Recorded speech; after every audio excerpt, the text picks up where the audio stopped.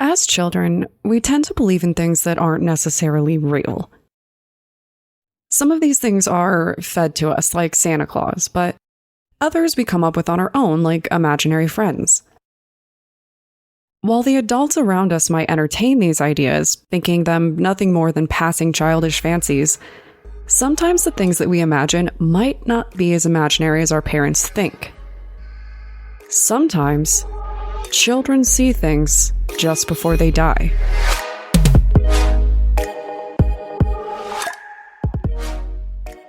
My name is Brianne, and I'm the host and creator of Among the Dirt and Trees, a show where we explore true crime cases that occur out in nature. In today's episode, we're going to discuss a mysterious case from 1920, where a 9-year-old boy named Raymond Naatz drowned in a local lake.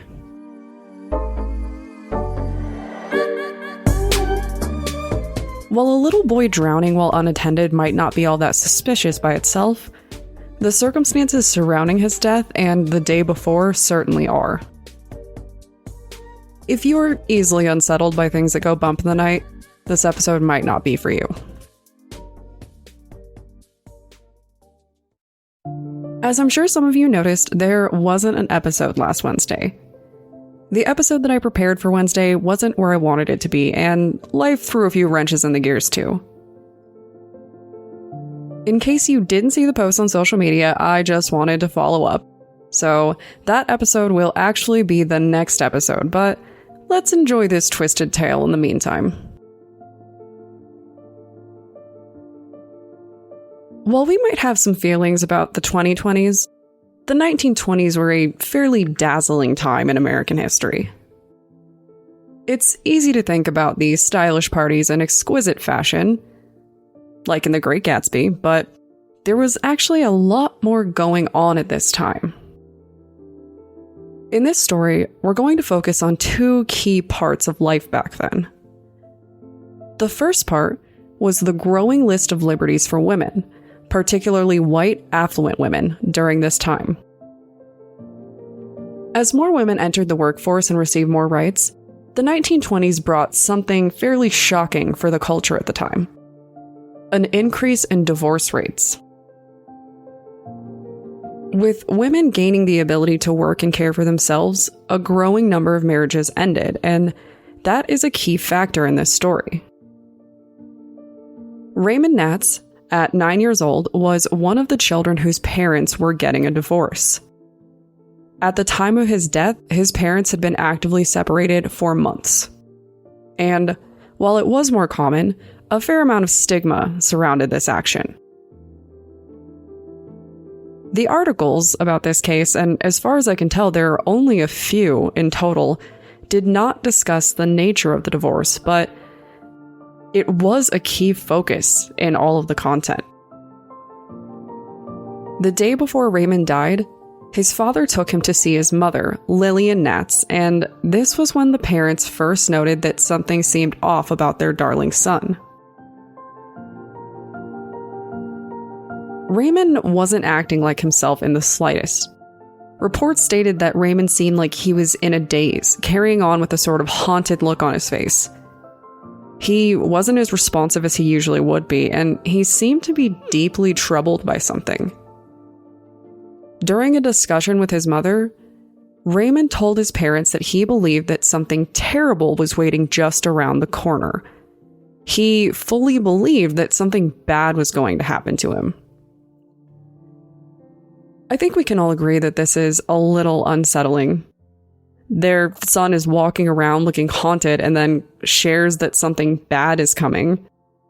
If I had a child and they did that, I would definitely not sleep that night. But Raymond's parents could actually easily explain this away, and not just as the imaginings of a child.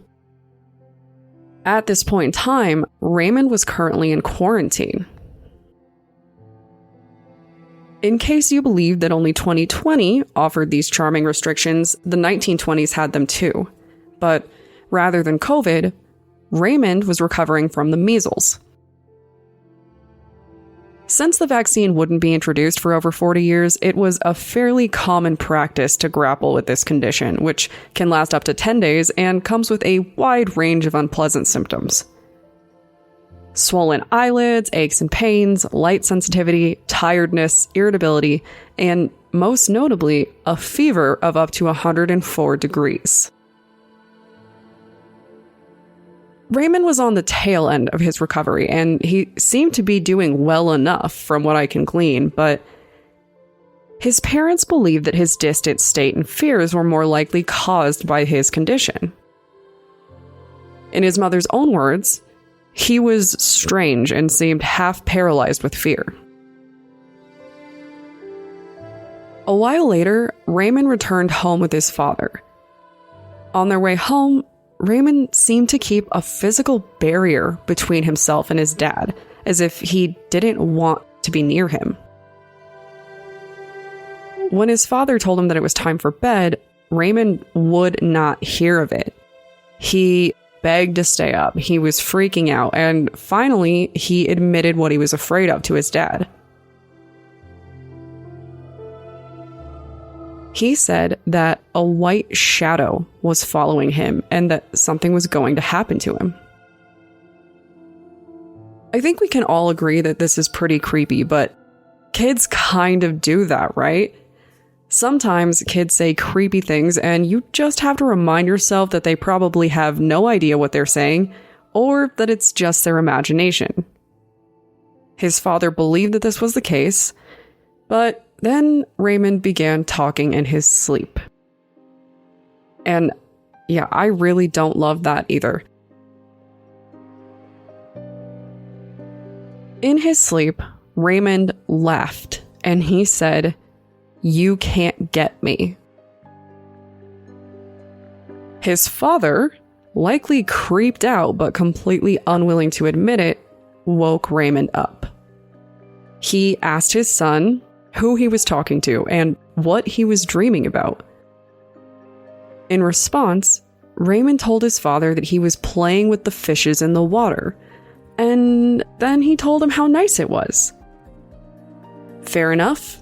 Sounds like a peaceful dream, I guess. Probably was a nice change from all the doom and gloom. But by the next day, his father would have a very different opinion. Raymond's father was a working man, which is why he had an agreement with a woman in his neighborhood to make sure that Raymond was fed while he was gone. On the day that he died, Raymond's unofficial babysitter said that Raymond was acting strange. And then he told her that he wanted to go fishing. She tried to convince him not to go because he was acting so weird, but Raymond didn't care. He went anyway. And that night, Raymond never came home. Police began searching and were quickly able to locate Raymond's fishing gear down by the lake, but he was nowhere in sight. At least, he wasn't until they dragged the lake. There, out in the water, Raymond was found at the bottom of the lake. The main article from the Milwaukee Sentinel had this absolutely haunting quote. It said, "Father and mother, separated for 7 months, joined in the vigil and watched together for the waves to deliver their boy." When they found Raymond, he had a pocket watch on him. It stopped at 8:45, which told police that Raymond never really stopped to fish. He simply got to the lake and then would have drowned almost immediately. At this point in time, I don't think that anyone really wanted to look too hard at what happened. Of course, the prevailing eeriness of the tale is what makes it stick in the memory. People seem to believe that Raymond predicted his own death, but his death itself is what makes this all so disturbing. Was Raymond truly being haunted by a white shadow that was actually his own approaching death? Really, the question is, was he right? Did the fishes in the lake summon Raymond with some sort of siren song beckoning him out into the water? Or was there more to this? Were Raymond's premonitions actually predicting his own inevitable murder? We know that Raymond drowned, but that certainly isn't the easiest feat to accomplish on your own. And I'm not saying that it's impossible, but it's kind of a difficult thing to pull off unless you're using something else. Is there a chance that someone actually drowned Raymond, ghost or otherwise?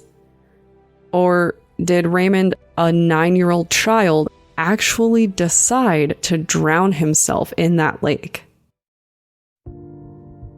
Some might suspect that his parents' separation was weighing quite heavily on him, but as far as we can tell, his behavior was normal before the days surrounding his death, and his parents had been separated for 7 months. Was there some kind of incident that triggered a psychological response? Did Raymond have one of those high fevers and experience actual brain damage, ultimately resulting in delusions and possibly suicidal tendencies? Was he even in a right state of mind at all when he went out in the water? This is one case that feels more like a scary movie opening scene than anything. And actually, the 3rd episode of Supernatural covers something really close to this. Is there a chance that something was waiting to claim Raymond in that lake? We just don't know. Something that did stick out to me with this case was the ways that the article focused on his parents uniting and ultimately separating again. Like, losing their son should have actually fixed their broken marriage. In retrospect, that did happen with Alexander Hamilton, so maybe that's not completely off base, but given the focus on that, I had kind of a more gruesome thought. Is it possible that Raymond wasn't killed by a stranger or a paranormal entity, but rather that one of his parents did it? Is it possible that his own father did it in an attempt to reunite with his mother, following the same logic of everybody else at the time? I have no concrete evidence to support that theory, but just seeing how the marriage troubles were framed and how the newspapers seemed to express this shock when Raymond's mother announced that she would be leaving town after the funeral rather than reuniting with her husband, it just kind of made me think.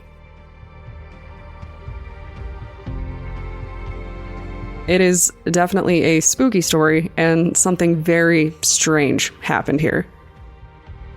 I don't know if it was a suicide, a murder, or the call of something even more sinister, but it's a terrible tragedy all the same.